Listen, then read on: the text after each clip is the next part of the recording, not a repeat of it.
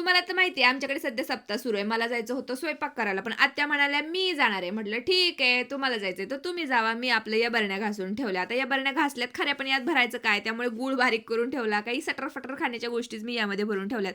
आता या बरण्या ठेवाव्या कुठे? म्हटलं चला, पहिल्या इथल्या बरण्या काढूया आणि इथेच या ठेवून देऊया. आणि आज ना आमच्या यांना मी बाजार आणायला सांगितलेला. बाजार म्हणजे माळव्याचा बाजार. एवढूसा बाजार घेऊन तर आलेत, पण सगळ्या भाज्या सुकलेल्या आणि ज्या दिवशी या गोष्टी आणेल ना, त्या दिवशी सगळ्या निवडून जिथल्या तिथं ठेवायचे एक काम आपलं वाढलेलं असतं.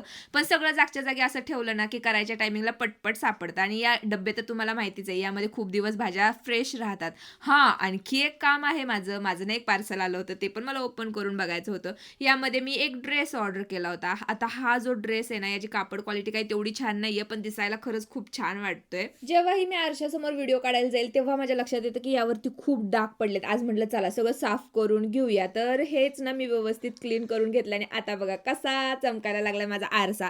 आरसा तर चमकतोच आहे, पण माझा चेहरा पण असा चमकायला पाहिजे. त्यासाठीच सुरू केलंय हे. रोज जाते चालायला. आता चेहऱ्यावरती ग्लो कधी येतोय माहिती नाही. आता तर मी घेतल्या भाकरी करायला. आप्पा एकटेच आहेत जेवायला. त्यामुळे इकडे फक्त मी वांगी भाजून घेतली. बाकीची छोटी-मोठी घरातली सगळी कामं आवरून घेतली आणि त्यानंतर आम्ही फटाफट तयार झालो. कारण आज पुन्हा जायचं होतं आम्हाला कीर्तन ऐकायला.